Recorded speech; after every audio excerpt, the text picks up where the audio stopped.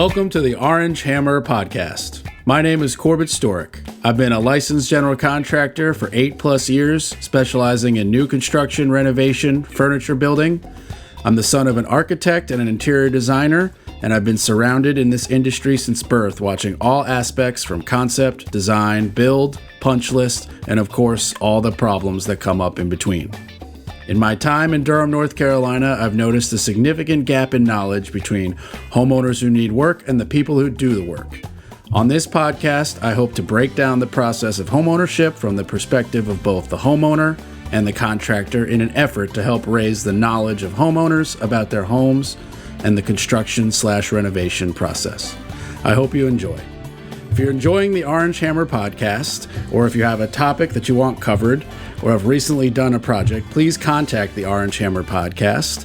The Orange Hammer Podcast is on Instagram and Facebook. Please like and subscribe, share on whatever platform you're enjoying your podcast on. Also, check out our YouTube channel, The Orange Hammer. The Orange Hammer Podcast is proud to be brought to you by CRS Contracting LLC for all your construction and handyman needs, new buildings to renovations, furniture building, EV charger install, or even a TV mounted. You can call me, Corbett Storick. It'd be my pleasure to help you. You can find me on Instagram at CRS Contracting. WSDG, the Walter Storick Design Group, specialists in architectural and acoustical consulting. Check out WSDG.com. And Taylor Bragg, for all your artistic needs in all mediums. You can find her on Instagram at brag_about_art. That's brag, BRGG, with 2 G's. She's the fantastic artist behind the Orange Hammer logo, and she did my fantastic table painting of my podcasting table.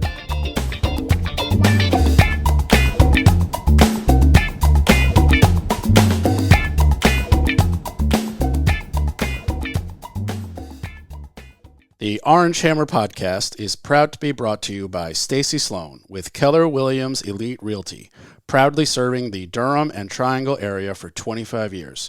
Call Stacy at 919-972-1180.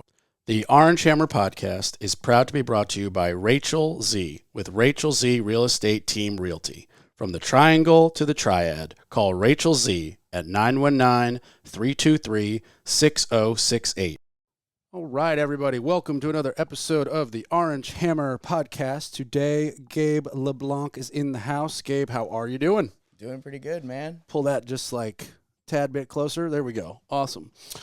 So we met through, I'm trying to think, it was your BNI chapter? Yeah, originally it was the BNI chapter. Yeah. But we also met a couple times at networking event, the meet and mingle on It Mondays. was the meet and mingle. Yeah. And then it happened to be the BNI meeting that I'm a guest at that just so happened to luckily be the time you're giving the I had my 10 presentation. Right. Yeah, I had my 10-minute presentation. Yeah, that's right. Yeah. So is that just as simple as every member of the BNI gets a turn? Yeah, it's simple as that. Yeah, just so that way you kind of get the spotlight every week because, it's kind of hard to say, everything that you do in 30 seconds when you kind of have those, introductory moments and stuff. Yes. Yeah, so. I have noticed. I've been to a couple BNIs. It's not for me. I've noticed that it's the same spiel over and over and over again. Pretty much. And I immediately, after being a guest at the same BNI meeting more than once, even I am I already know y'all spiels. Exactly. It wasn't that long ago. I was here 3 months ago. You're the same people. You're the roofer. You're the electrician. Right. In my head, I'm why aren't we doing something more productive or this should be free? Exactly. One or the other. Yeah. A little bit more free flowing. And that's why, the meet and mingles, the free networking stuff, Totally. That's, pros and cons, different things and stuff. Yeah. But clearly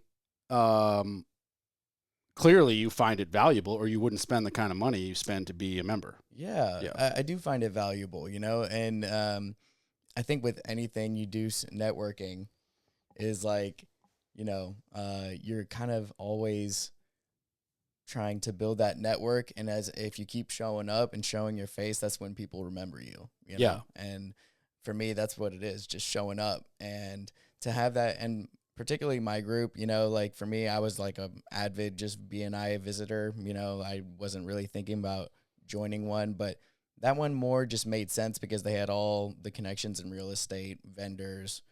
So good connections there. And, you know, I like the people there. So, I take it you live relatively close to there. Exactly. I'm like right down the road, maybe like 12, 15 minutes. So, you know, it's a good area too. And yeah, it's just very convenient. So yeah. I know, I don't know why I said it past tense. I know like 5, you'd probably be the 6th or even 7th person I know from that specific chapter. Yeah. But which is why I was like, absolutely, I'll be a guest. But even that chapter has a sitting general contractor already. Yeah. And I do not live in Apex or Cary or whichever one it was. So it'd be a hike for you. It'd go out of your way. It would not even be close to being worthwhile to just the physical minutes I would waste in the car to get there and back. Forget about what that costs to operate the vehicle and what it would cost to pay to be in that group. Yeah, I saw your truck outside too. That thing, exactly. I'd take the little car, but still, it's like the electricity's not free. But yeah, so I mean, I've guested at a couple of Durham ones that are like 10 minutes away, but they have a sitting GC also. And I had one dude, he was dead serious too. It took everything for me to not tell him he was insulting me. He was like, well, you could be our handyman. And I was like, do you know what it took for me to get my license for me to be your handyman? It was like, you have a GC. If I was going to do this, I'll find a chapter that needs a GC. It's not the same thing. Yeah, exactly. Because for listeners, the BNI is seat specific. So like each chapter has a realtor and a mortgage guy and a general contractor. And your seat is property management. Yeah. Right. Yeah. And see, for me, I'm that also. So I would be like, I need 2 seats almost to be. Or you get to choose between one or the other. You can't occupy both. Right. Yeah. Exactly. So I don't know if I told you about this at the meet and mingle because we only saw each other for 2 seconds. Yeah. But did you meet Tommy Burkhart at the meet and mingle? Tall, goatee, financial guy who's standing like I see the face. I definitely I don't think I held a conversation with him yet. Fair enough. He big fan of Kaylee Bain and the meet and mingle and was a big supporter and actually introduced me to her before I even knew about the event. Okay. But he and 3 other people started what we have called the Triangle of Trust networking group. Nice. And it's basically like we stole the seat specific part from BNI. Yeah. But it's Thursday at noon on Zoom. Oh, there you go. So it's the same hour. We kind of stole you got 15 seconds to just remind everybody who you are and what you're doing. And more importantly, what do you need this week? Not like, because I don't need to go on every time and be like, still the general contractor. Like, I'm like, hey, actually, I need this guy. It gets a little bit repetitive. That's why you kind of have to adapt and maybe come up with something new every week. Yeah. So that's how we kind of went with instead of like what you do, but everyone throws that in. It's really like, what do you need this week? So, like Tom's a financial advisor and he'd be like, oh, this week, I'm completely making this up, but he might be like, oh, this week I'm focusing on estate planning. So like I'm looking for people in this age gap, or this week I'm focusing on life insurance. So I'm focusing on, new parents or something like that. And I went up last week and I was like, I need a radiant flooring person. So I don't have that guy. And our realtor was like, I got a guy who's got a guy. Let me put you. I was like, there you go. Hence the network, right? But it's free. Yeah, which great plus is very much a game changer when you're thinking of Steve Hand with his little hand cutout card. Who like between you and me, you guys are just paying his salary. Oh, big time, yeah. And we should get like a commission for that, but I'm gonna keep my mouth shut. I think you just opened it. No, there's only 4 listeners. Don't worry. No, I'm just kidding. No. You 4 are faithful. I appreciate you. Yeah. So shout out to Mom and her 3 different accounts. No. But yeah, so but it very much, you touched on it when you said like, you got to keep showing up, pay or not pay. Yeah. Like we have the same kind of mindset that you have where it's like, okay, this might be free. So we understand that you might not make it the biggest commitment, right? Roofing person or mortgage person, but if you're there every week, I'm gonna see that face. Exactly. And when I think mortgage, subconsciously, I'm gonna think of that mortgage lender. But if you're on the list as our mortgage lender and you never show up to this weekly Zoom, it's gonna be borderline impossible for me to trust you. Hence, triangle of trust, or even just like create an impression. Exactly. And we are kind of like making it up as we go along. We kind of like 3 weeks ago, we were like, well, should we do everybody does something once, and I was like, yeah, I guess. And then Tom literally like the day before was like, you going to be on Zoom tomorrow? I was like, yeah. He's like, cool. You're the spotlight. I was like, okay. And I like made a PowerPoint that evening, and I was like, okay, here we go. Dang, sprung it on you in the last minute. He did. It worked beautifully though. I filled it with scuba diving pictures and pictures of my dog and a couple work shots. And I was like, this is me in a nutshell. I'm your Yankee fan. I'm your Ranger fan. I love my dog. I can do your bathroom. It was basically like, that was it in 5 seconds. Then I used like the exact same PowerPoint and just made it 20% longer for a whole nother group that I presented at last week. Nice. So there you go. You had a skeleton to work with. Exactly. And I'm like, I'm kind of glad. I'm kind of going to keep this one PowerPoint and like, I'll just keep making it cooler and swapping out pictures and, because like nobody's upset when they go to a boring business meeting and then they get 2 pictures of me with sharks underwater. Everyone likes that. Yeah. Nobody's upset at the sea turtle. And it's important to kind of show that personal side of you too, because like, work's great. You can always talk shop, but like, it's about liking who you're doing business with or who you think you could do business with. So, exactly. And I mean, I think every person at that BNI share or at a networking event, whether it's the Triangle Trust or a BNI chapter, I think we are all in the exact same boat in that we do a job that 50 million other people do. Yeah. And the reason you use me and not any other GC that can give you the same work is in fact the personality and the comfort level. Yeah. And for lack of a better word, just the trust in them. Absolutely. So it's like at the end of the day, we're just selling our personality. Yeah. Which absolutely is frustrating. Yeah. Because I'm definitely somebody who's like, you don't care about my personality. Look at the work. Yeah. And it's very much like, no, you got to be like, turn on the charm. I'm like, that's fake. Sometimes you got to fake it till you make it. I got to fake it a little bit. Yeah. But, that's also, for me, I'm not exact. Where are you from? Well, I've been living in North Carolina for 14 years now, but originally I'm from Montreal, Canada. Okay, so you're a nice Canadian. I'm an asshole New Yorker. So for me, coming to the South, it was very hard. I had to totally adjust. Oh, yeah. Because I'm like... It's two different, two different I'm like, cultures. time is money. You want something accomplished, and I want to get it done in the fast... And it's like, no. You want it done? I'm going to get it done. It's like, no. We, in fact, want you to go slower. We want you to charge us more. Oh, absolutely. And I was like, what? It's like, it's X an hour. I did it in 2 hours. Just give me the money. And like, what do you mean? And they're like, well, it should have taken 4 hours. We weren't used to that, blah, blah, blah. I'm like, well, I don't know what to tell you. I'm not going to put in the doorknob slower. Yeah. Like, for the record, this is a real example. I bet you. Yeah. Like 100% this happened. Absolutely. My realtor put me in touch with a GC who needed just hands. Yeah. And he was like, I need you to hang these doors that we just painted, put the doorknobs back on, tile this backsplash, replace this rotted board under a sliding glass door and build like this little railing for 4 steps into a garage. And like, I did it all in, 6-7 hours in a day. And he thought it would take like 4 days because he was used to like some Southern good old boy, slow coffee break, blah, blah, blah, cigarette, totally cigarette break every 4 years. And I was like, nah, you want something done. And I'm the new guy trying to prove I belong here. Yeah. Let's go. Let's get it. Let's go. Yeah. Show me how to tile. I've never done it. Do one course. I'll do the other 5. Yeah. There you go. And that's exactly what happened. And that's a good selling point for you too. Like that's a type of client, like where if they wanted something done and they're not wanting the slow Joe, that's where you come in. Yeah. And I mean, 9 months later, I was hiring that guy, Justin, to help me with a backsplash for a client. I was like, you know how to do this. And I got the job. So let me just hire you. And he was like, let's get it done. It was very, very fun. Yeah. It was very interesting. My other side of the family is from Massachusetts. So I get that. Yeah. So you got a little bit of asshole going on there. Yeah. Yeah. I definitely understand the culture. Yeah. Gotcha. Definitely come from a northern culture. But I do have that definitely Canadian little bit of aspect too, where I kind of grew up like, manners and Jeez, nice, the studio dog is just crop dusting us right now. Oh my God.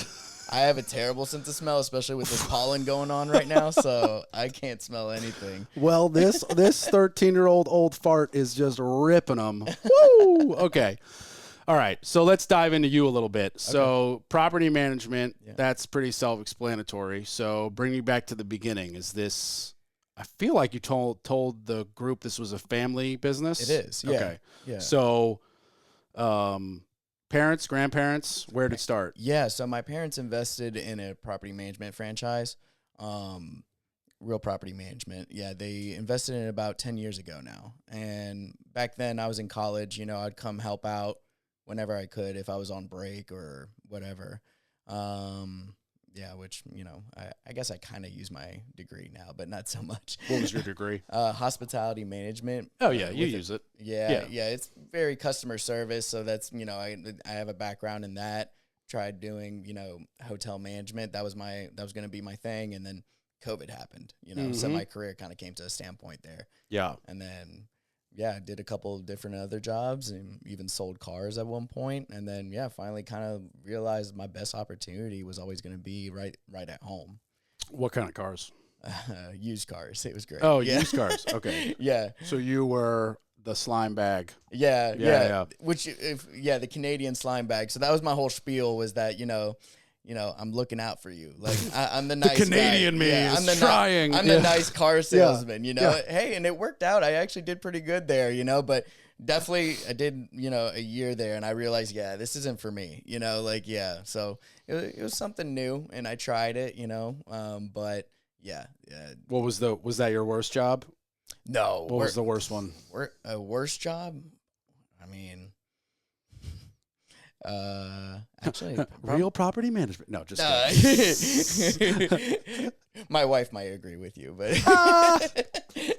I'm just giving her some slack there. No, but I'd say my worst job would probably be like in my whole life. Obviously, like I had a construction job in high school. That was always tough, especially just but like I enjoyed it. I enjoyed being outside. But were you just the grunt?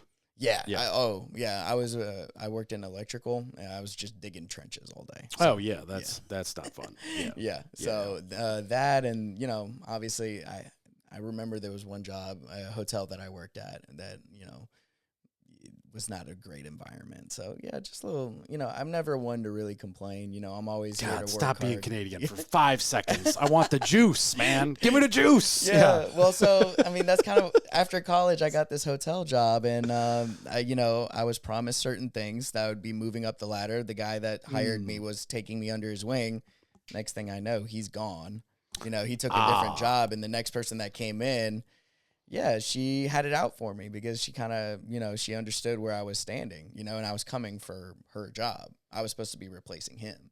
Right. So she comes in to replace him because he leaves, and then all of a sudden she's like, I don't need to groom you for my job. I want my job. Oh, yeah. And she's like, let me just get rid of you because you're a threat. Just, every shift, and for me, like, I'm all about I can take criticism. That's all great and all, but she was just finding ways to kind of, demean me a little bit, and just kind of like put me to the back burner, put me, on shifts that I had previously discussed and had taken off. And one of them was a road trip with my wife. And she stuck me on the morning shift. And that was the day I was supposed to leave. I was like, I had cleared this a long time ago. And she was like, yeah, but that was with him, not with me.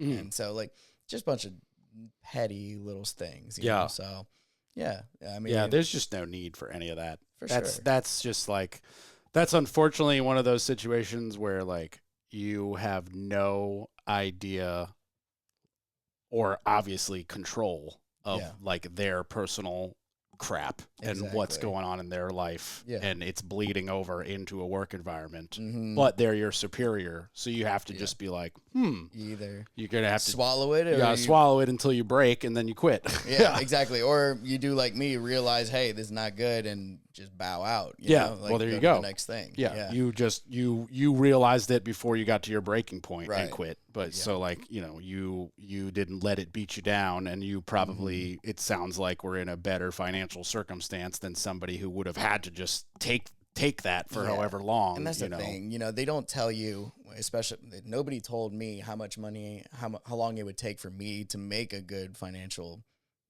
you know, to be financially stable and like to move up the ladder. You mean? Yeah.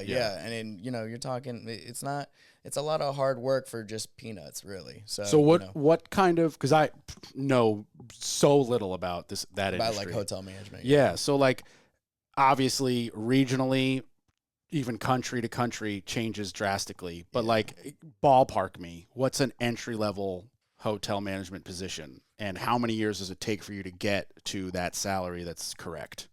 I mean, I think first of all, I always think it's about who you know. And that's totally. You know, and I think that's what I was so excited about that particular opportunity, because that guy was really serious about me, but then just found a better job. Had of course. And then also like, yeah, you know, Fifth Avenue, Manhattan, and Scottsdale, Arizona, not the same world. Yeah. So like we're factoring that in. That's why I'm like broad ballpark. Yeah. Like, are you entering in the 40s, the 35s, 50? Not even. No, okay. I was making well below that. Okay.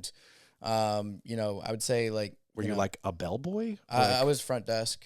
Okay, so you were checking people in at this hotel. But yeah, so like I was doing that all throughout college. So I had already had 3 or 4 years of experience. Okay. And I had also, you know, pretty much done an internship where I did all of the base level jobs. So I came into that job just a little bit overqualified. Yeah, for sure. For me, I was looking for that next step.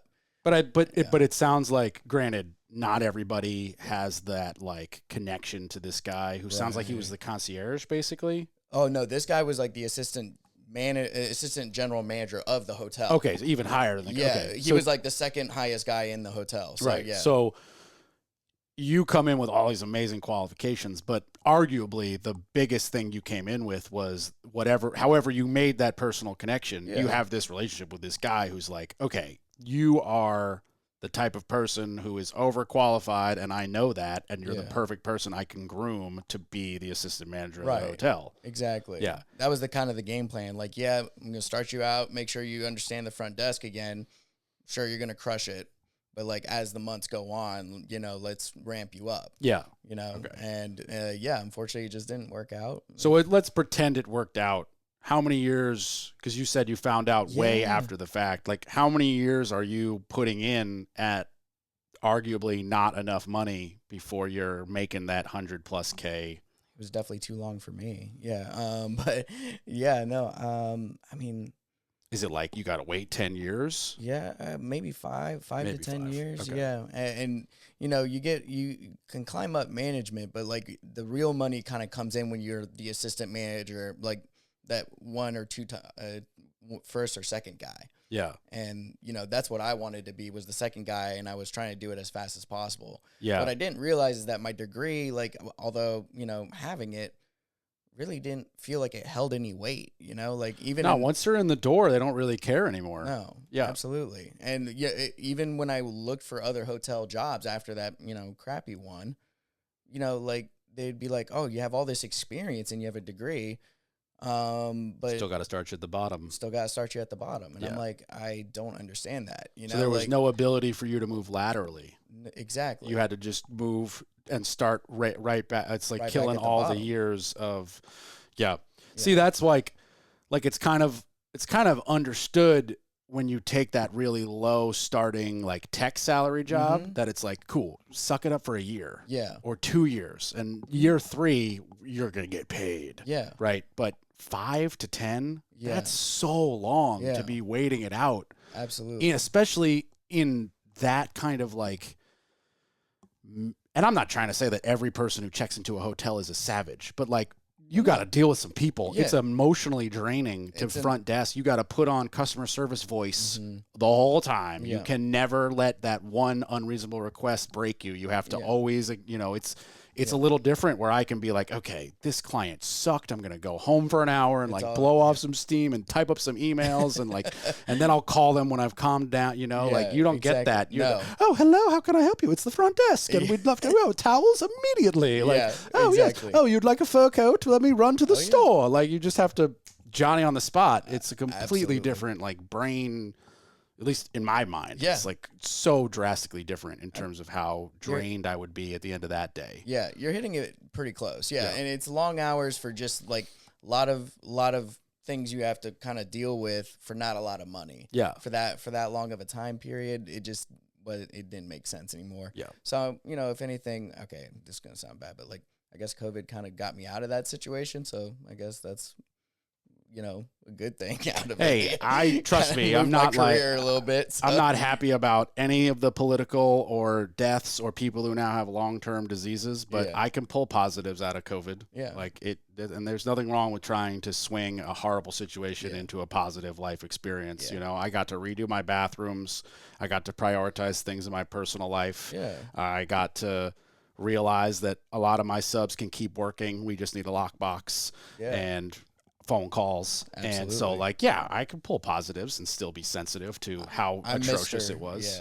I drive people crazy sometimes. I'm Mr. Optimist all the time. Yeah. So. I don't let people squash that from you. Yeah. That's an amazing thing in 2024 America society. We're lacking in it. I could use more in my life. So let's hang out.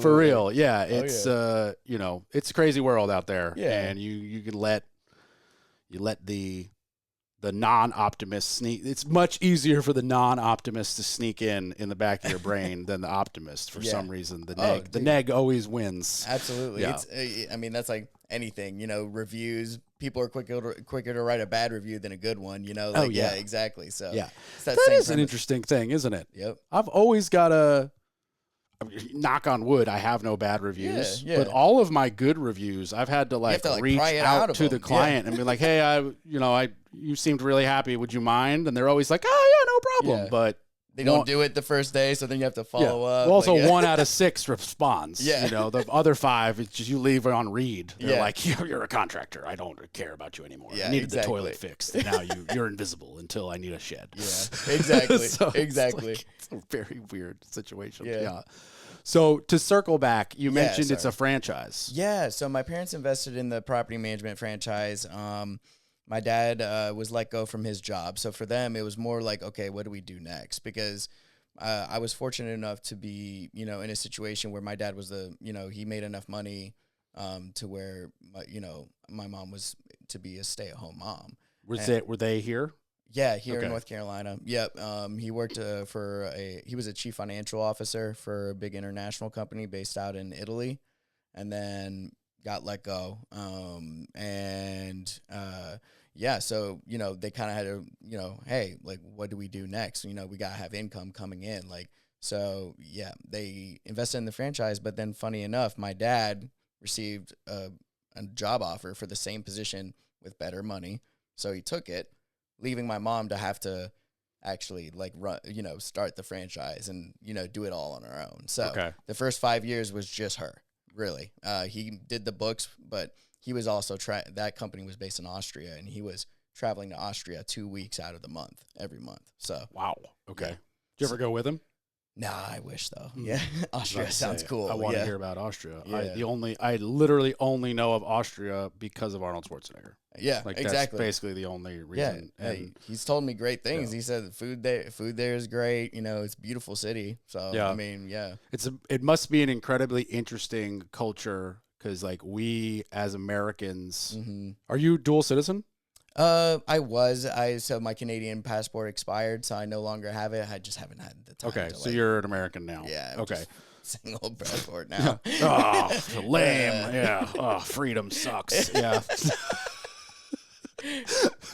But it must be we could argue whether it's correct or not, but we're America and we're like, we've won all the wars. So we say that we've been involved with. And Austria very much like did not win their war and very much lost their war and know they lost their war. And their history is written correctly that they lost their war. And that is like, that to me is just such a fascinating thing. I would love to just kind hear of the other side, and talk to somebody old enough to remember it. Like an Arnold Schwarzenegger aged, was he like 75 or something like that? Because like that, did you watch that documentary of his? No, I think I had started it, but I never finished it out. Yeah. It was really awesome. Yeah. But he did definitely talk about like his father fought in the war, lost the war, drank himself to death, basically. Wow. Like, it's just depressing shit. He got into like the real stuff. Yeah. Yeah. This was not a fluffy one. This was like, he opened up about his affair with his maid and his like illegitimate son. And he didn't hold back. It's a 3-part. It's pretty cool. Yeah, awesome. I'd give it a shot. I'm not even like this huge Arnold fan. I just like, his movies are good. Yeah, absolutely. No, I mean, he's somebody to look up to for anybody, I think. Yeah. So. You will easily be able to look up to him and also look in the mirror and go, you're lazy. Yeah. Just you watch this documentary. Make you feel lazy. It makes you feel real lazy because he's like, it's 3 episodes. So like one is called like, I think one's called Arnold the bodybuilder, one's called Arnold the movie star, and one called Arnold the American, like his political career. It's like, it's like to do one of these 3 life-changing careers would be enough. Exactly. He did all 3, and you're like, okay, I do nothing. Like, what, I manage properties? I build stuff? Is nothing. And that's what's like, you mentioned it, and when you come to like different backgrounds like that, like coming to America, like, I find it so funny that so many people are so quick to want to leave this country, or maybe they're just all talk, but like I think they're all talk. Yeah, it's got to be. I think it's an online social media virtue signaling thing. Oh, when for it's sure. like, oh, if this guy wins, I'm moving to Canada. Yeah, right. Yeah.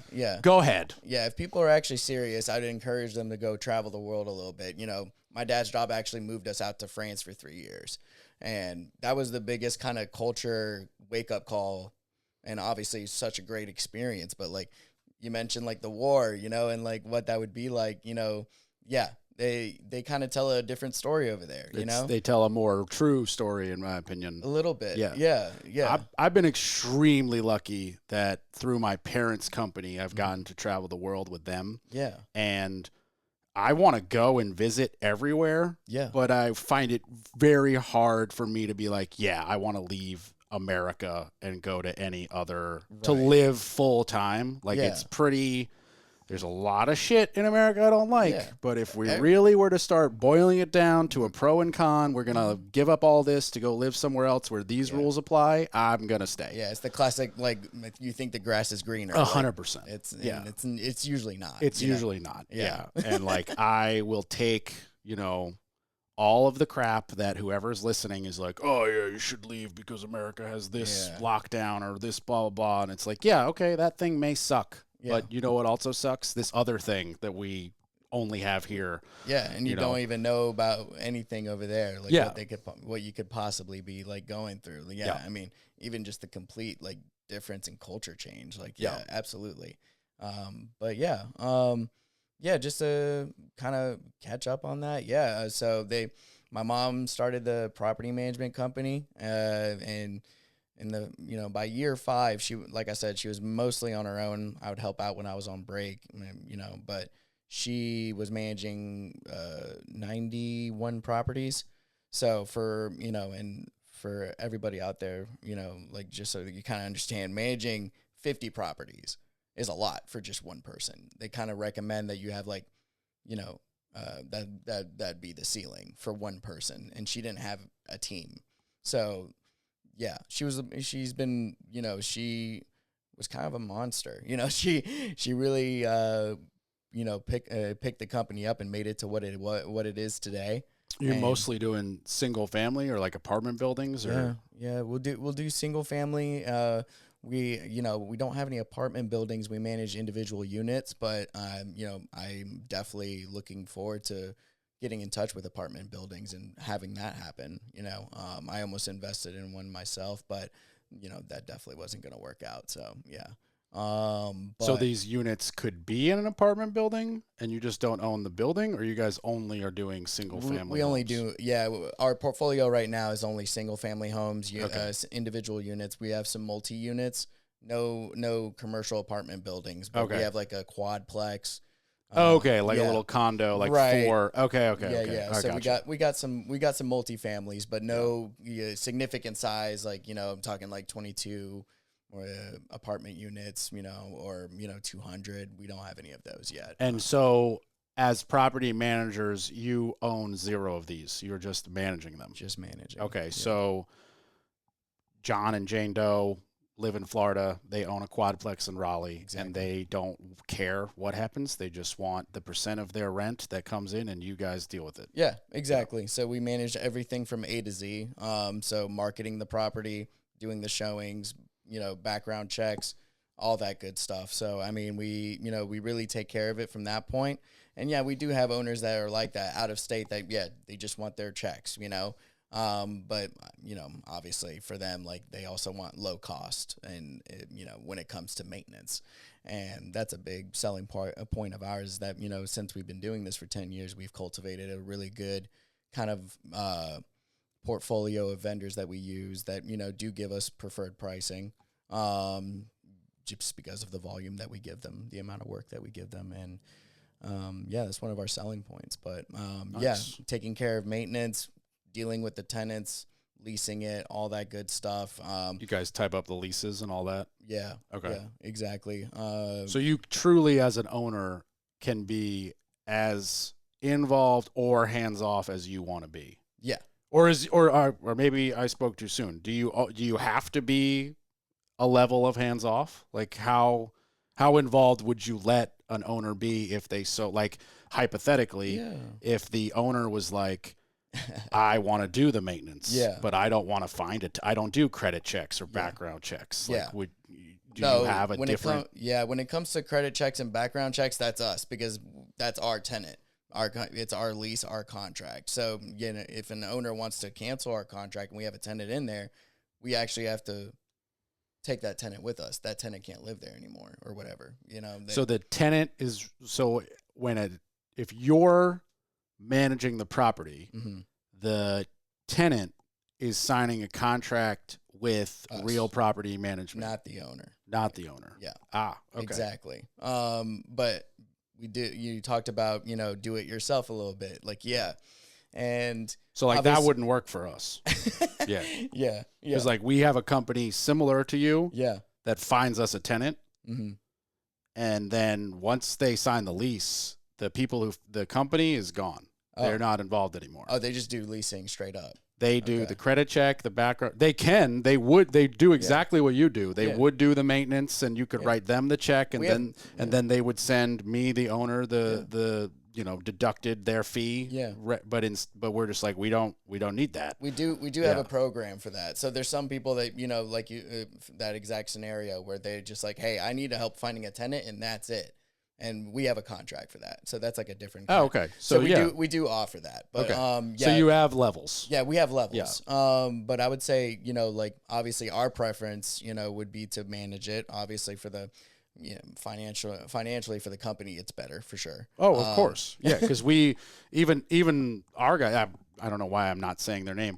Our guy Chris at Weston Woodall. Yeah. They're they have a realty side and a rental side. Right. They're massive and they're doing fantastic, and they would love for us to just hand them the house, them find the tenant, collect the rent, do the maintenance, and cut us our rent minus their money check.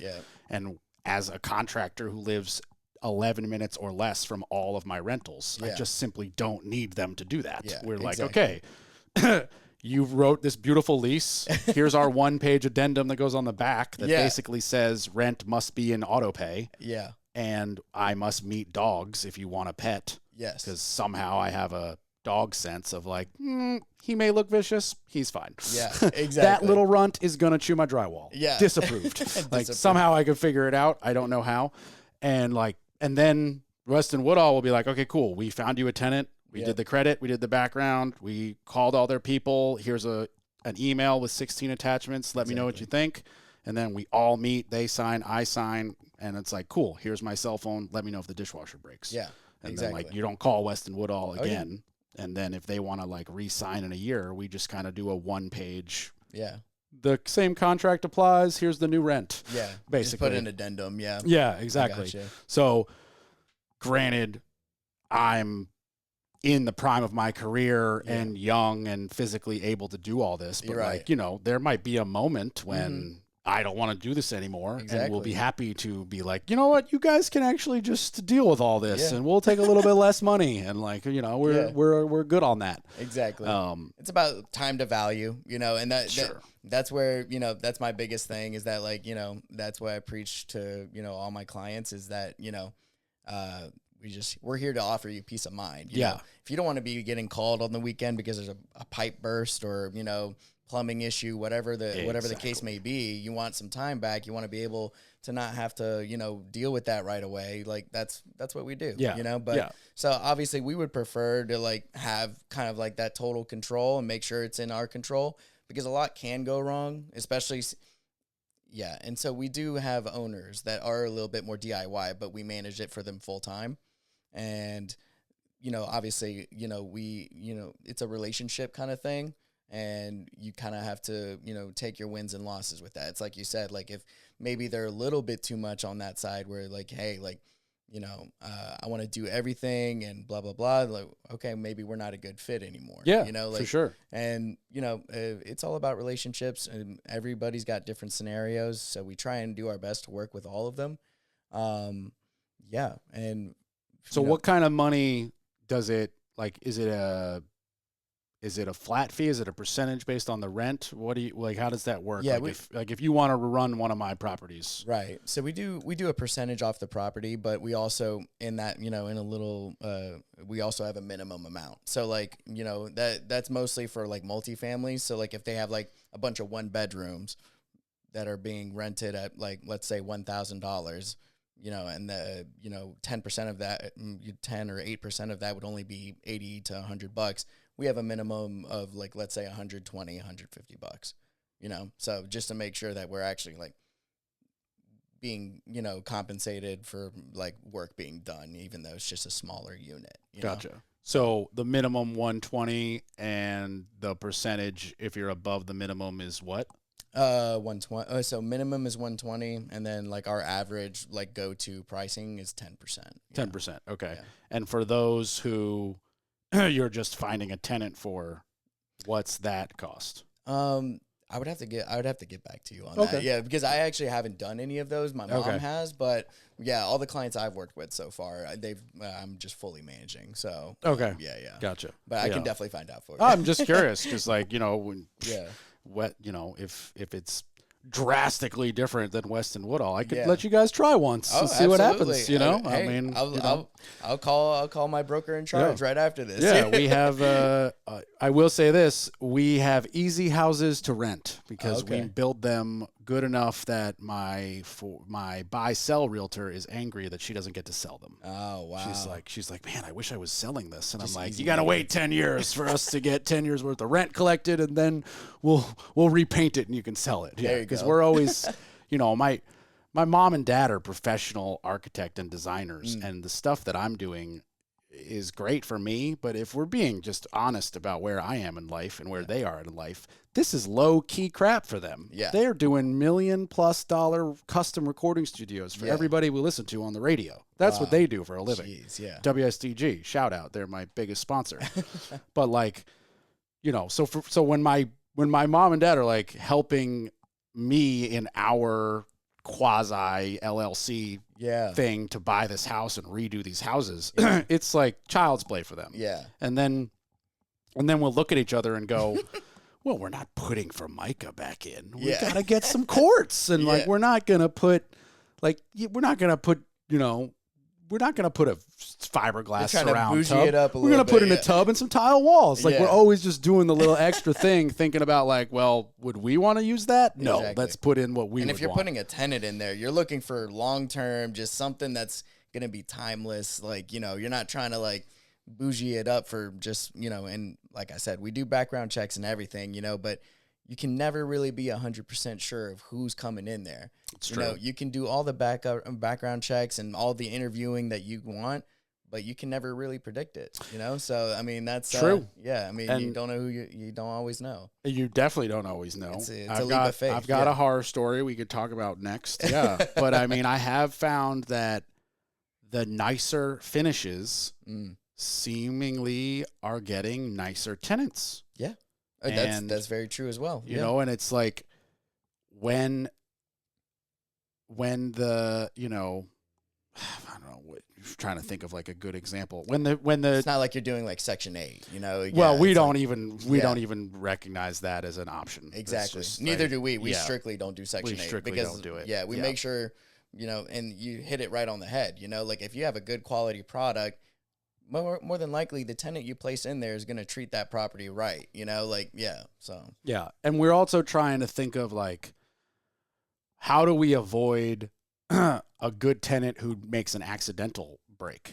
You know, like you don't have to be a bad person to take a pot, excuse me, off of the stove and accidentally put it on the countertop without a protective trivet. Exactly. And if you have Formica, that's now trash because I can't re-rent that with the burn ring. Nope. So now I have to spend X amount Formica times 2, which for those who are listening, 2 Formicas is more money than 1 stone.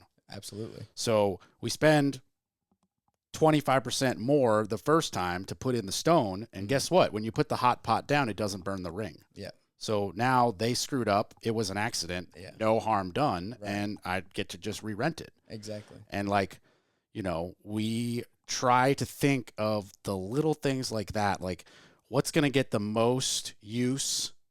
It's going to be the closet rod. It's going to be the towel bar. Yeah. So I put blocking in before sheetrock. Yeah. And if I forget to put blocking, I put the towel hooks on a stud. And if I can't really put it on the stud, I go buy 75-pound test drywall anchors.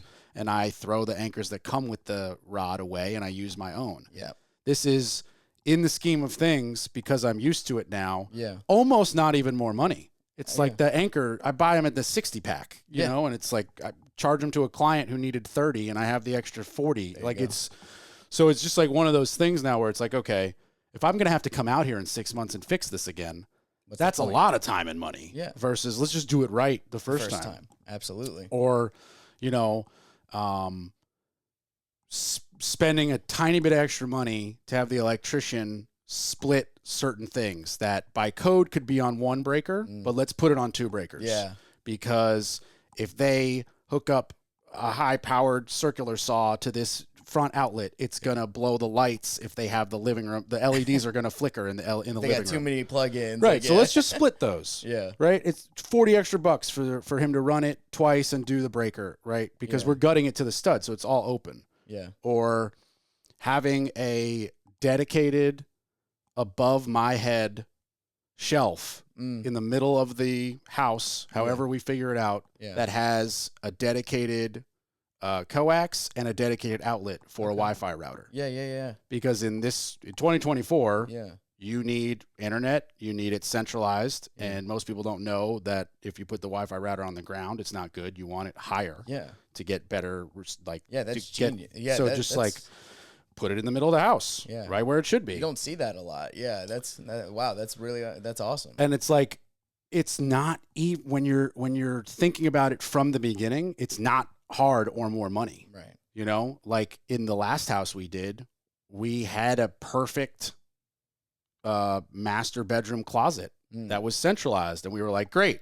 this little section of that shelf, you don't get to put a hat box. That's where the router goes. Yeah. Put an outlet up there. Yeah. And people are like, why is there an outlet up there? Because that's where you're going to plug in the router. That's why there's a coax outlet right next to it. And we ran that to the outside. Yeah. So when Time Warner showed up, they had to do nothing. They had to plug it in outside. It was already run through the house. Then they had to plug in a router, outlet already there. Yeah. Done. Yeah. Up and running if in anything, 5 people seconds. appreciate that more. So then on top of that, you have happy tenants. Like exactly. Can't go wrong. And the last 2 houses and all future houses, we're putting 220 60 amp universal, basically an outside dryer vent charger for EV cars. Nice. Yeah.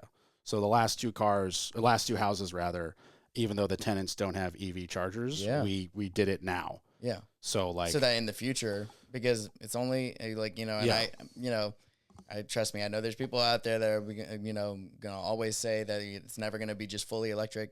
It's gonna happen. It's gonna be fully electric at one point in time in the next X amount of years. But the fact that you're doing it now. I don't know if it's gonna be fully quote unquote, but it's gonna be enough that the houses that I have in the locations I have in Durham are close enough to Raleigh and RTP and future tech stuff that's going to bring a certain person who drives most likely an EV. And when I get to put on a listing when I sell the house, big selling EV charger at driveway. I mean, if you like, it's a universal one. Like it's just like a 4-prong with a an exterior That's box. awesome. So like you could literally cut the box off and wire your Tesla one in 1 second, or just plug into there directly. Like it's ready to rock. That's awesome. So, cause I drive an EV. So I was like, if I rented this, I want full charging. So I was like, what's the cheapest way to do that? Exactly. So my electrician, I'm like, do it Just right do there, it. make it happen. So it's just like, and again, we're gutting these houses to the studs. So it's very easy at that point. Yeah. It's like, oh, you need to run one 60 amp double slot breaker, one 10-foot section of like 8-gauge wire, and put in the little, it's like an RV outlet. There you go. It's super easy. But it's those like tiny little things that we're doing that just get you the tiniest bit higher quality of tenant. Right. And to your point, makes them take the tiniest bit better care of your property. They appreciate it more. And it just steamrolls. That means a little bit less maintenance. That means a little bit less money on turnover. That might mean a little less turnover in general, Exactly. and I'm sure you can vouch for listeners. An empty apartment is the worst fear. An empty rental is awful. It's just no money coming in, especially. Maybe you guys don't care as much, but as the owner, I got to pay taxes whether you've got me a tenant or not. We care because we gotta make the owner happy. So you also get we feel the pressure. If you get 10% of no rent, you get this big zeros. Exactly. Well, that's true. We're not even making money off that anymore. Like I mean that's that's what I would say. When we come in, that's what we preach is that like we're not here to mess about. Like. Yeah, we're Canadian, we're nice and stuff like that, but we're here to get it done, And we like to get properties rented within 30 days. Obviously, this is like there's factors that come into it for sure. Of course. Because what are some of those factors? So, a lot of conversations I have with clients comes one of the main ones is like pricing. So like how much they want to rent it for versus what they could actually probably get it rented for. And, so that's where we give them pricing range, like a price range. Hey, this is how do you determine the price range? So we do a comparative market analysis in the in the area. And then we also have systems that kind of help us out with that, coming from the franchise. So, okay. So the franchise gave you some tech, a little bit to help you with that. And then I guess it's kind of is it similar to like pulling comps for buying a house or selling a house? It's very similar. Okay. Yeah, exactly. So doing that, doing that analysis and seeing like, hey, like down the street, there's a house being rented for, $1,500. It's brand new. If you want to rent yours, they're going to rent the 1,500 one over yours if you price it at the same. If you have like a 10 or 20-year-old house. But you have to, at the end of the day, you have to do what the owner says. Yes. Like if the owner's like, I don't give a F, price it at $2,000. They get final say. Right. So that's that's where that comes in. That a lot of those conversations is like, hey, like we try and give them a range. Like, look, I know you want to make X amount. That looks like to be it's on the higher side of the market. Here's the low end. We want to be right here in the middle.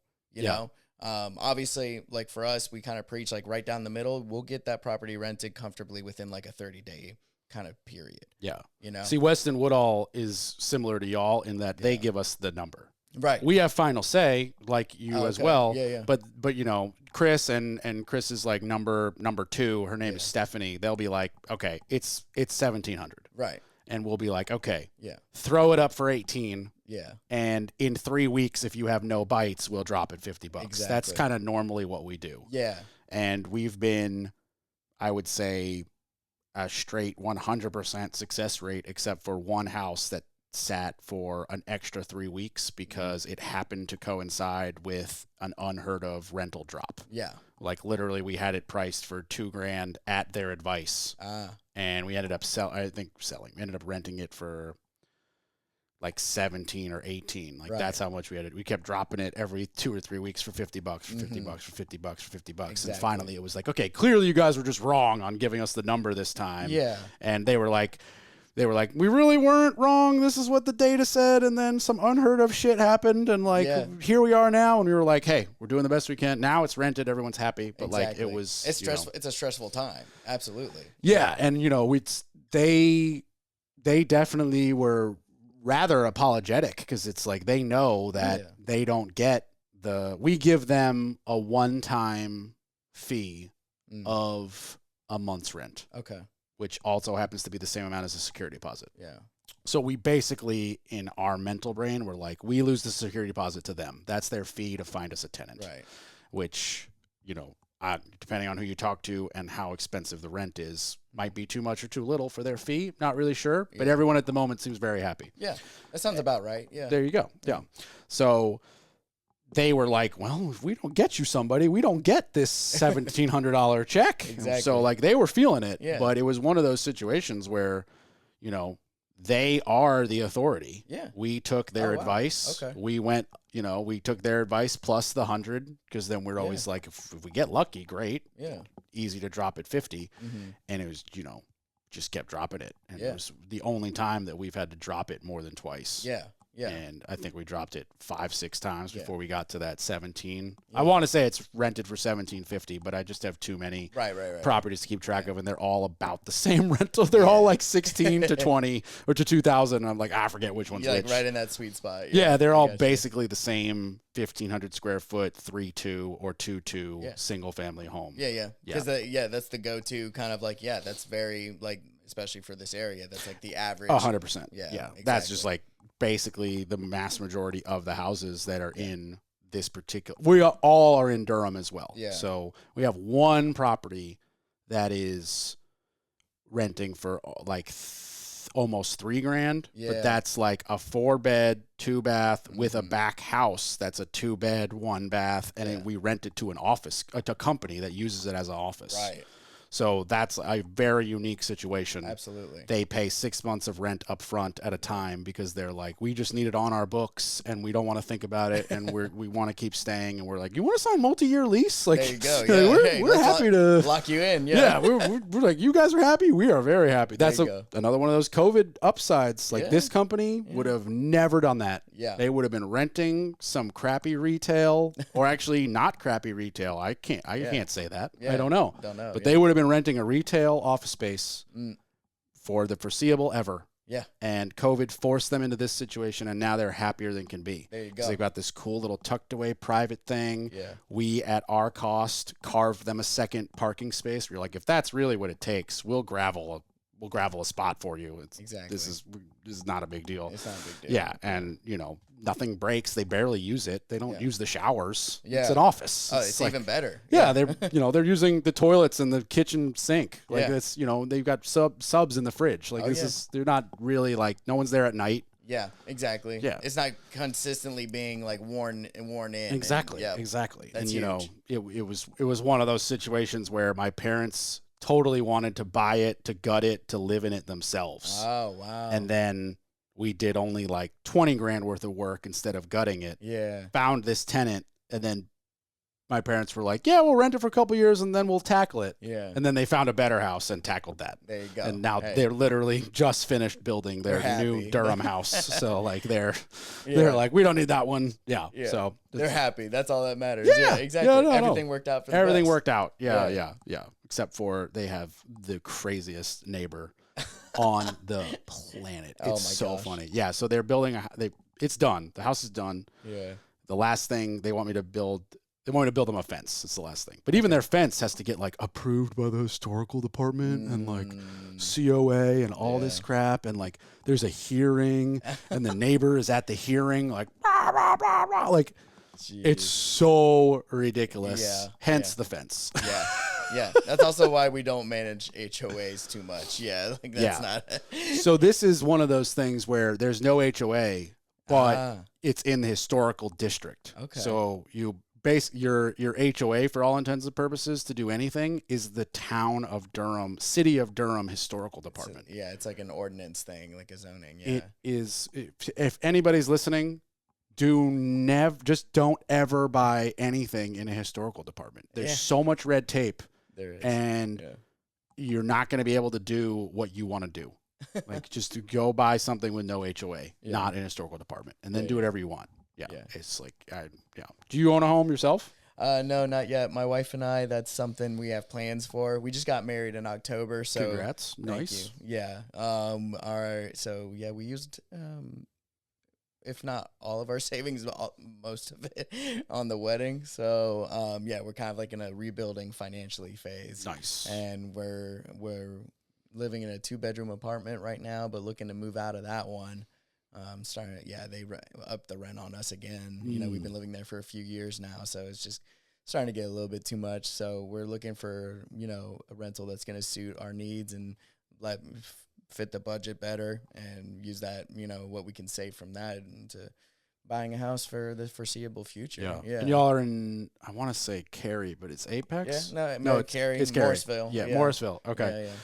Have you ever been to Font Coffee and Kitchen? Yeah, I have. Yeah. I was just there today for like, I don't know, the 80th time. Yeah, it's like it's my like go-to spot for networking for anybody who's in Raleigh because I'm like, I'm not driving all the way to Raleigh and I don't want to make you drive all the way to Durham. It's a good midway for you. Perfect midway. Love it. Salad and a cortado. It's like, I love that spot. Fantastic. There you go. Big fan. So even though there's no mic, I'll turn to the wife. Was the wedding worth blowing the budget?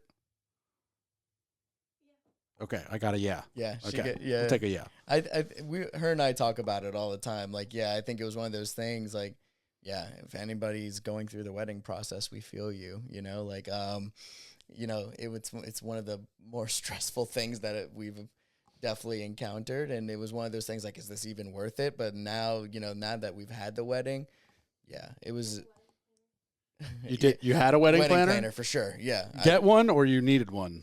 We got one. You got one. I recommend to everybody to do that. Yeah. Okay. Saved us a bunch of time and headache. My wife, she's amazing.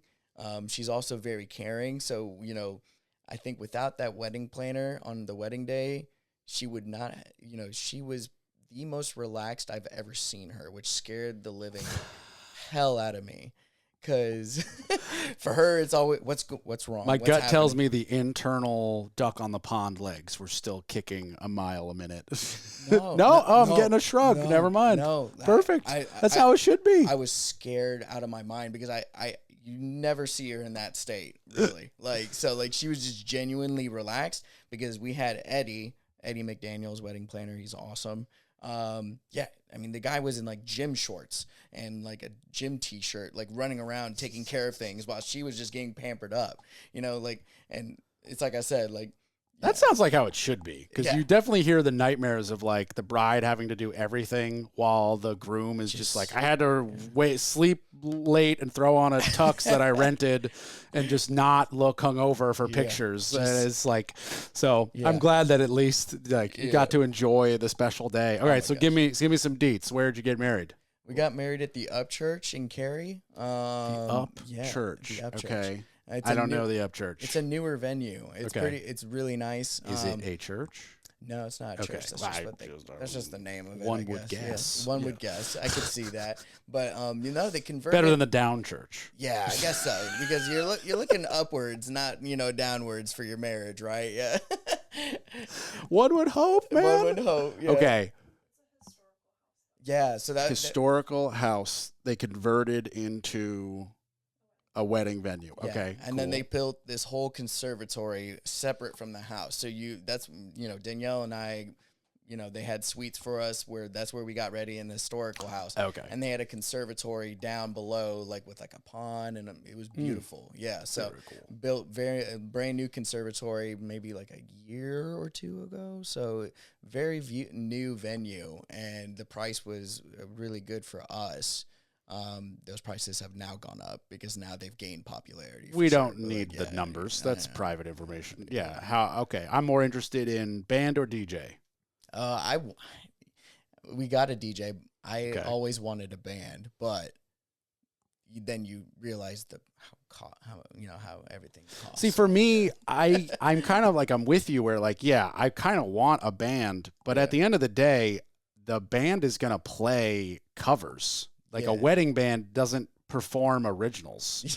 So you might as well just get some banging speakers and just play the originals of those covers. Exactly. Like I get both sides. I've been to a lot of weddings that have had, both are great. Yeah, and she'll tell you, I'm a big live music person. I love it, so like that was always my mindset. But then it's like I said, you kind of go in and like, oh yeah, let's get a band, and then we have to feed the band too, and they, we have to pay them X amount of dollars. Like, okay, we're getting them a hotel, and they need a rider and all this. It's like, unless of course, like, you're getting, which I don't know anybody who's done this because I don't know anybody in that tax bracket, but like if you were getting like a band that is playing their songs, like a favorite band of somebody, like the guy who runs the UFC, Dana White, like he had the Stone Temple Pilots play his 40th birthday. I love Dana White, man. Me too. Yeah, he's awesome. Like the UFC's great, but like, he's got the budget for that. Of course. Yeah. I don't think the Stone Temple Pilots did any covers. Yeah. I think they put on a rock show for Dana White and 60 of his buddies. Exactly. Like, that would be amazing, but I don't have $200,000 to give them or whatever the hell that costs. I would imagine they're at least $60,000. Yeah. And then a hotel room and a green room and all that crap.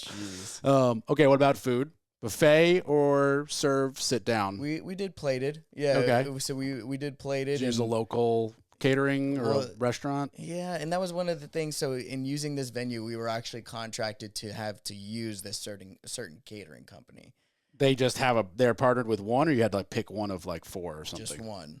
Yeah, so we had to use. That's an interesting handcuff that could be good or bad. Yeah, and that was a big pill to swallow because I think we realized the price for the venue was great, but the price for the catering company was a lot higher, so. So really the one price of them together was not that much of a steal. Yeah. Yeah. Mm-hmm. Well, no, I think we did really good at like budgeting, and I think it's really easy to get caught in. I mean, people these days, I've heard like just stories of people like going into debt for this kind of thing. It's psycho. Danielle and I were very much of the mindset like, no.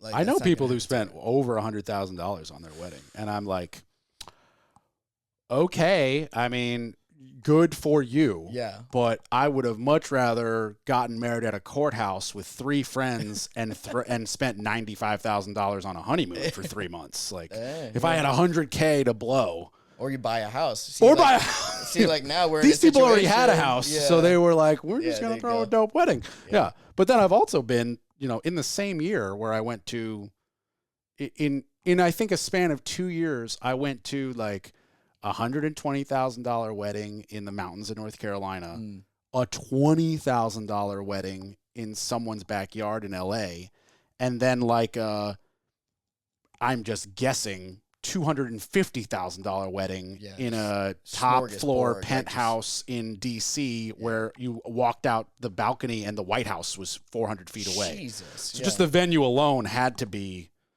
mind-numbing. I don't even know. Like the hors d'oeuvres, I was like, these are the best hors d'oeuvres I've ever had. They spent $20,000 on hors d'oeuvres alone. Yeah, I mean, so it's just like, but I cannot honestly say that one was better than the other. Right. Like the $120,000 one was flawless for those people. Yeah. Like I can't pick it apart. Yeah. I can't. Yeah. And the $25,000 wedding in LA was flawless for those people. Yeah. I can't pick it apart either. It's like about the experience and the people there. And totally. I think, and that was, poor Danielle. How many people?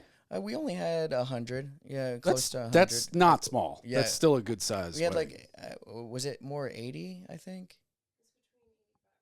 85 and 100. 85 and 100. Yeah, okay. yeah. I think if we went over 100, the budget increased a lot. So I would say that is still in the medium large to large in terms of weddings. It was it definitely, so like we had a good amount of her family there, a good amount of my family. I come from a very big family. Okay. So and then we had, friends there and stuff. So I mean, it was a great size, and I think for us, I mean, that was it, and I think that was I think that was something I always had to keep telling myself during the wedding, and remind Danielle too, like nobody's gonna look at the plate or the napkins, like they're there for a good time, and it's true. Yeah, it is true. Honestly, like, and we've been to weddings before ours, and it's like I couldn't tell you what their table setting was, or what it was. Obviously we know ours, but yeah, I've never been like, oh, the wedding was so good, those flowers, oh my god, they blew the world. Or did you see the rings on those napkins?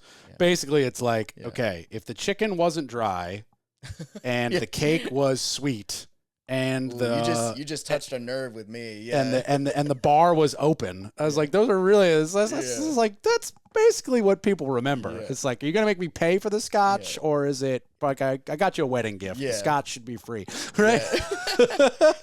No, enjoy this toaster. Yeah, and it's a 4-slicer. Yeah. No, but I think I know Danielle, like she did a really great job, because I know that there was a lot of things that she did want for the wedding, and flowers in particular. That was something that she loves flowers, so like, obviously like having more would have been great, but like we just didn't have the budget for it. But like we did a really good job. You said I hit a nerve when I mentioned the cake. No, the chicken. You mentioned the chicken. Oh, was your chicken dry? No, when we did the tasting. And it just struck a nerve with me because of how much money we were spending on this catering company. But your tasting was a 10 out of 10, and it was not the same at the wedding? No, my tasting, they undercooked my chicken. At the tasting? At the tasting. So I'm like, what are you guys going to do at the wedding? Ooh. Like, and I come from a hospitality management background, and I'm like, what? It's not a good look. No, it's not. I was particularly upset with that. And you're handcuffed with the catering company. Yeah. So you can't even be like, you guys are just out. We're bringing in Joe. And I definitely, you're right, exactly. And I definitely, we were handcuffed to that company. And it's like I said, like, I understand how this thing works. Like I got my degree in this kind of thing. And it's like, that venue's getting a kickback, and they're getting a percentage of like, their markups must have been just extraordinary for how much they were charging us. So it's like, there's no one who doesn't know that that's how that's happening. And that's okay. Yeah. Let's be honest. Hey, it's business is business. Business is in fact business. But like, and I'm not even shitting on you guys at all. Yeah. Personally, I would just not do it. Yeah. Like there would just be no way that I'd be like, you have zero say in my catering for my wedding. Yeah. There's just no chance. I don't care if they let me pick the menu and buy the ingredients. I'm bringing in my guy. Yeah. And I don't even have a guy in mind as I sit here talking to you. I just like, no. You'll find somebody. I've thrown enough parties on my own, and enough like 300-person parties I've helped my parents throw at our house in New York, where it's like, no. Yeah. I'm not trusting that to that sorry. Yeah. But obviously it worked out. You guys said it was a great wedding. They did a good job at the wedding. So the chicken was cooked at the wedding. It was. I mean, I had the beef. I didn't go with the chicken, man. Come on. Not after that experience. I had the short rib. Okay. Did anyone get sick from the chicken? I don't think so. No. I don't think so. And a head shake from the wife. Yeah, I guess we're good. We're good. I guess we're good. Okay. The only thing, so the catering company, hey, was a lot of money, but they did a really great job. I'll give them props. They did a really great job. Did they do the cake as well? Or did you get that third party? We did. Yeah, we did third party cake. Yeah. What kind of cake? Oh my gosh. Should know this. Should we go eat right now? I feel like I'm getting hungry. My stomach is rumbling. No, but like I should know this because I fell in love with that cake. It was so good. You're getting quite the eye glance from my marble. Right over here. It was a marble cake, right? I'm asking. Question mark? Chocolate, vanilla, buttercream. It was a vanilla marble cake. Vanilla marble cake. Hazelnut. Yeah, hazelnut. Yeah. Okay. Vanilla. Do you guys have like the topper in a freezer in a vac sealed bag? Yeah. Okay. Is that just like the standard rule? You break it out in a year? I think that's a Okay. I think that's a custom. Yeah. Okay. I think that's like a tradition. So yeah, Gotcha. we definitely did it. Yeah. So I am really like only aware of wedding traditions from like TVs and movies, right? Because I've been to, like I said, quite a few weddings, and none of them have been the same in terms of like the traditions and stuff that people do. For sure. Yeah. For sure. Yeah. I went to one that was just, my friend Shelby. Yeah. Shout out Shelby Strauss if you're listening. Your wedding, I've told you to your face already. Your wedding was so good. Yeah. They rented like it was basically, I don't know if it was a winery or just like apple trees, but like a beautiful farm in the Hudson Valley of upstate New York. It was like August, so it was perfect time. And it wasn't too hot and humid, which is rare. Yeah. And it was just like basically this giant barn with doors on each side, opened all the way. Yeah. Bars in each corner. That's beautiful. Huge tables, glorious like farm style aesthetic, and like draped everything and candles and all this, and the food, just everything, the hors d'oeuvres, the view, this mountain in the background. Yeah.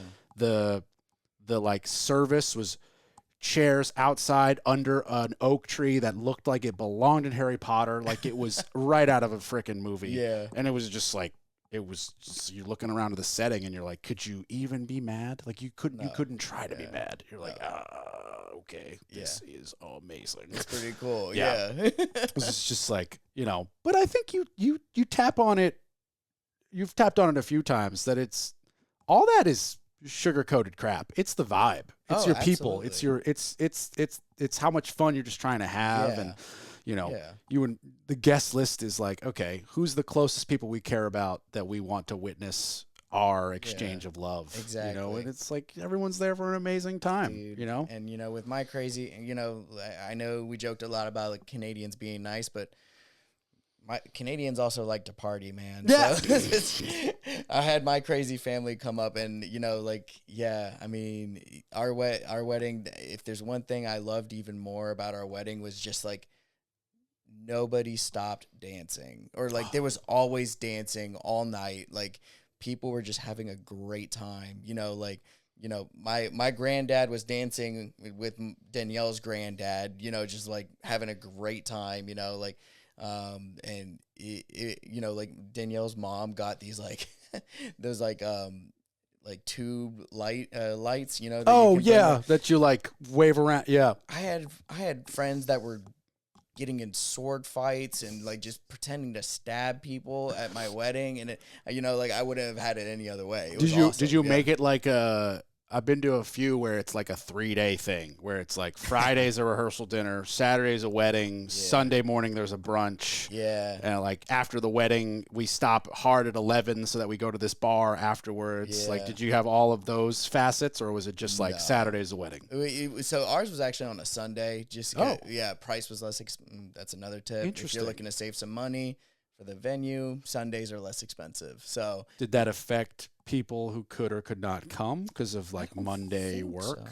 I don't think so. And I think that's the thing, if obviously I hope the people that you're inviting are people that care about you and they're going to try and be there, like no matter the day of the week, so, if you did a Friday, they'd have to take off the Thursday. Yeah, I guess you kind of have to think about that stuff. So if you do like a Friday, then they have to take the Thursday and Friday off from work. So then they're not, right, because they got to get there. Yeah. So we had the rehearsal dinner on Saturday, wedding on Sunday. Honestly, the day after the wedding, we were so tired, we didn't do anything. So I would assume you were on a plane to Greece or something. I shaved my head the day after my wedding. Oh, okay. So I had this isn't just a natural balding going on here. Oh, it was a little bit of both. Definitely. Yeah. I'd been balding for a long time, so I just decided to finally. I figured I'd put a ring on her so she can't go anywhere. So. Now's the time. Shave it down. The time. But on my wedding day, I did have hair. I'd been putting in like some coloring throughout the years to make sure, I kept up appearances, and I was just tired of it. So is the maintenance less now? No, if anything, I think it's more because I don't think people realize you have to your hair grows back fast. I know I'm balding, but it all grows back fast, and I'm not trying not to wear like a crown here, So, My buddy Tommy has the same look as you in terms of no facial hair and bald head, and he says he does a like neck up shave every 3 days. That sounds about head and bald head and face, and I was like, that sounds like so much work. Yeah, I like trim a beard once a week, get a haircut when I even feel like it, because I can. I guess maybe I'm just lucky that like I can rock the buzz cut, and as it grows out, I can just keep rocking it. There you go. And just trim the beard so I don't look like a kid. Really, it's the the neck beard. If I just edge that and keep the jawline, I can kind of get away with anything. Absolutely. But so it's like, I just could never understand, like, every 3 days you're doing this much maintenance? No way. It grows back fast. Yeah. So like every 3 days, you know.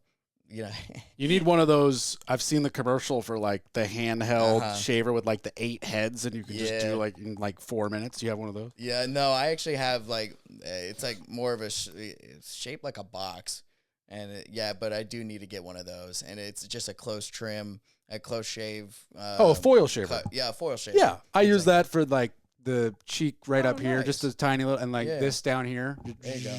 I need to start doing that. Yeah. But I like having that jawline.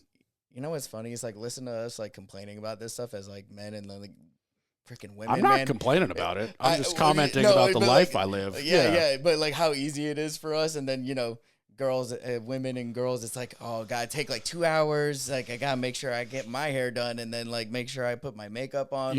It's funny you say that. We have it good, man. Like, every time my girlfriend Jen is putting on makeup for us to go out, I'm the jerk who's like, why did you put on the clown makeup? You looked so good without it.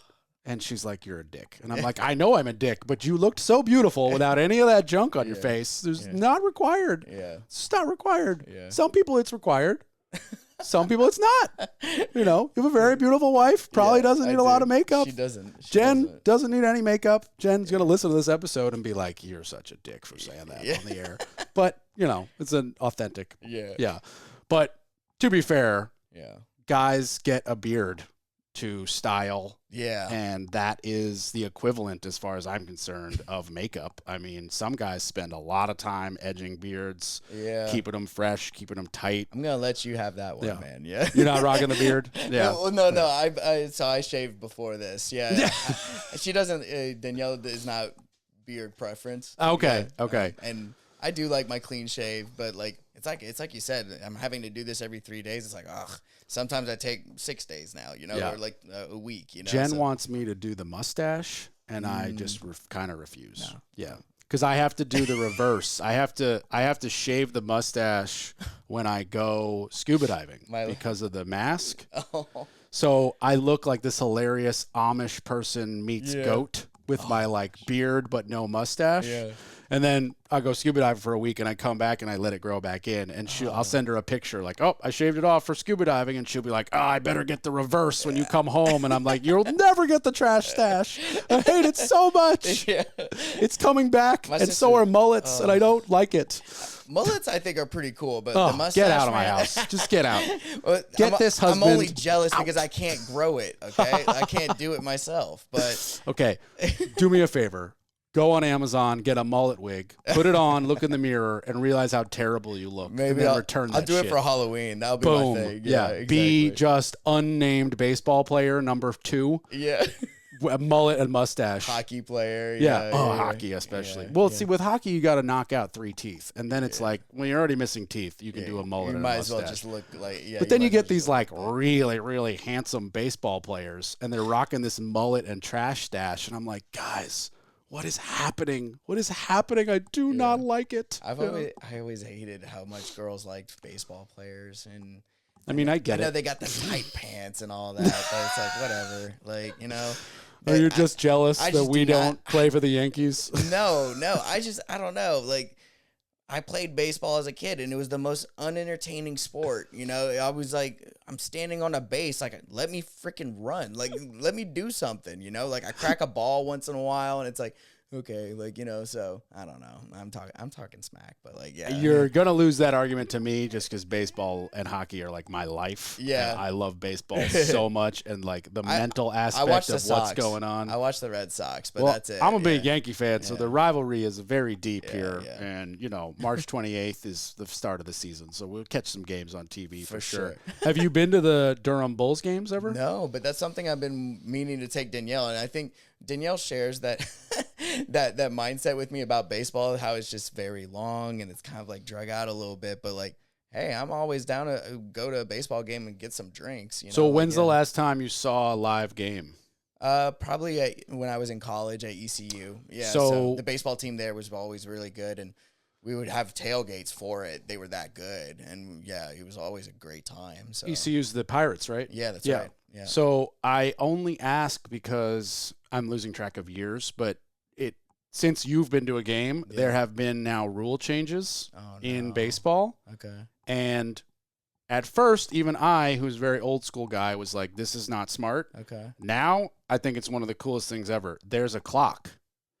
There's a pitch clock. Oh, yeah, that's right. Okay. And now these monstrosity 4.5 hour games are 2 hours and 45 minutes. Oh, that's great. And and what's interesting is it took a year of analysis for everyone to agree. Yeah. No lack of action. It's just quicker. Yeah. It's the same amount of hits, the same amount of diving plays, the same amount of home runs. It's just a little bit quicker, a little bit quicker.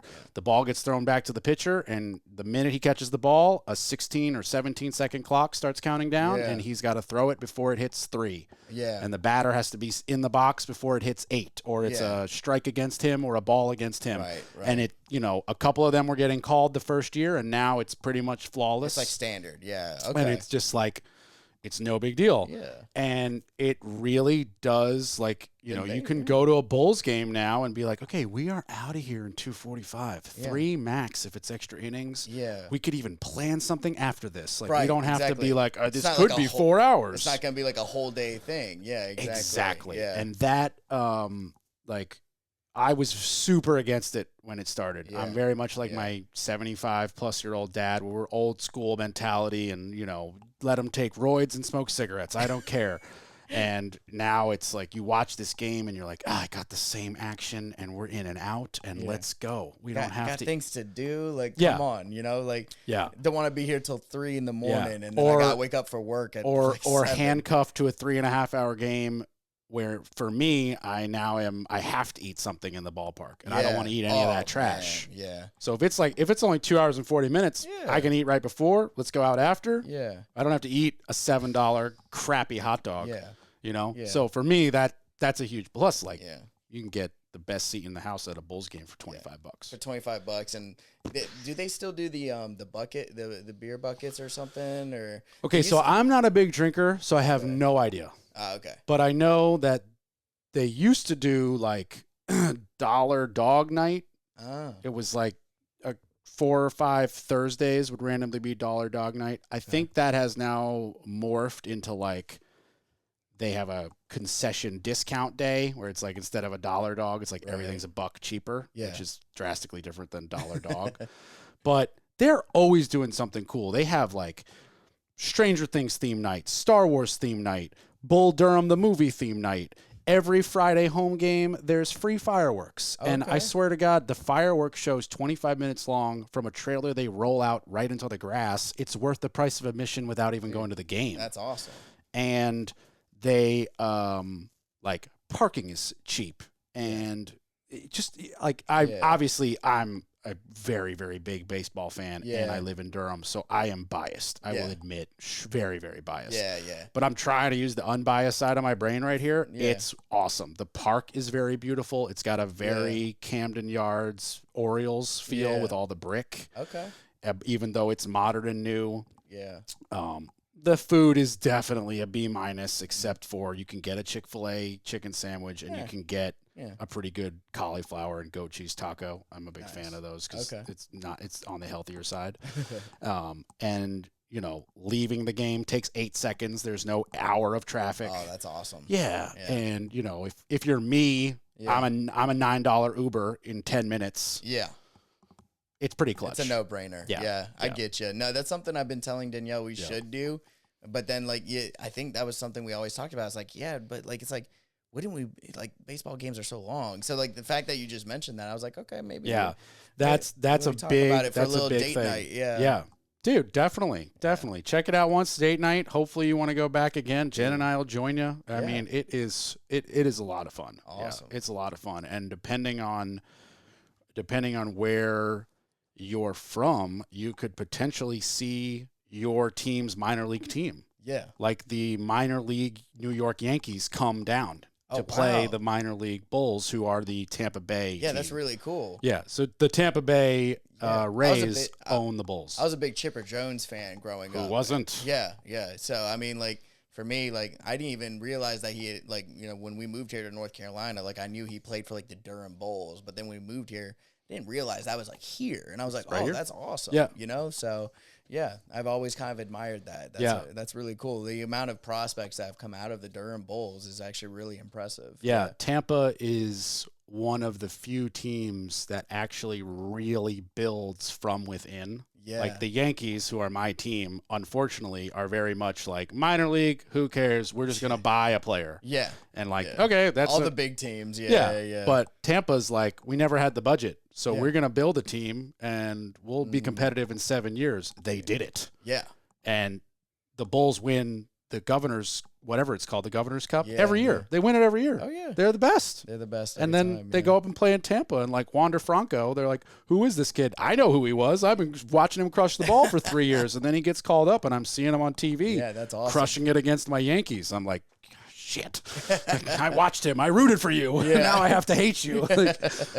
But then, you know, you could see an all-star pitcher get an injury, and then you could see him rehabbing here. Yeah. And you could see him throw 7 scoreless innings. And my dad and I have been there, and we're like, there's a reason we're losing 1-0, and the other pitcher has a 7-inning shutout. It's because he's a professional. Yeah. He's nursing an elbow. He's going back up in a week. So you can actually see. I didn't even think about that. That's cool. Yeah. Like Aaron Judge and Giancarlo Stanton were here because they were both injured, and they were on the minor league Yankees getting just say, hey. And the Bulls had never been more sold out in the history of the Bulls. Wow. There was no parking. I couldn't even get a ticket. Wow. And they're my team. Yeah. I couldn't see them. Dang, that's crazy. And Giancarlo hit a home run off of Tobacco Road. Absolute. It would have gone to South Carolina if there was no building in the way. Yeah, it was insane. It was insane. No.